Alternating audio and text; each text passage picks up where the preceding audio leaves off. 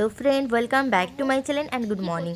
এখানে সকাল সকাল দেখছি মামা টমেটো কাটছে, আর এখানে আমার বড়বাবু রান্না স্টার্ট করে দিয়েছে। আমি তো দেখে অবাক যে এত সকাল সকাল রান্না কেন হচ্ছে। সকাল বলতে বাজে 9:30, তার আগে অনেক কিছু রান্না হয়ে গেছে।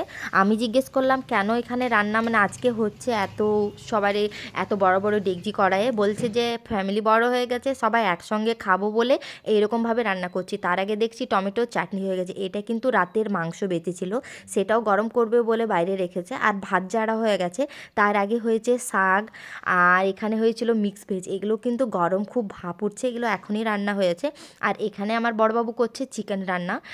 তো বড়বাবু দেখে বলছে কি করছো, আমি বললাম ভিডিও, তাই হাঁটছে। সবাই জানে যে আমি ইউটিউবে পোস্ট করব বলে, হয়তো বড় ইউটিউবার নয় আর সাবস্ক্রাইবারও বেশি নেই, কিন্তু আমার ফ্যামিলি রিয়াকশন খুব হেসে পাবে। আর ওরা খুব খুশি আমি যেহেতু ভিডিও করছি। আমার কাকুও সবাইকে হাই জানালো। আর তাড়াতাড়ি রান্না হয়ে এখানে খেতে বসে গেছি, যেহেতু শীতকাল আর তাড়াতাড়ি বাড়ি ফিরতে হবে। আমাদের ফ্যামিলির মধ্যে একজন নেই, যেটা হলো আমার কাকু। সেটার জন্য খুব দুঃখিত সবাই, কিন্তু তার জন্য এত কান্না টান্না হয়েছে। কাকির মনটা ভালো করার জন্য একসঙ্গে সবাইকে ডেকেছে, যেহেতু একসঙ্গে সবাই খাবার খাবে এখানে, তো মনটা একটু ভালো হবে, সেই জন্য রান্নাবান্নাটা হলো।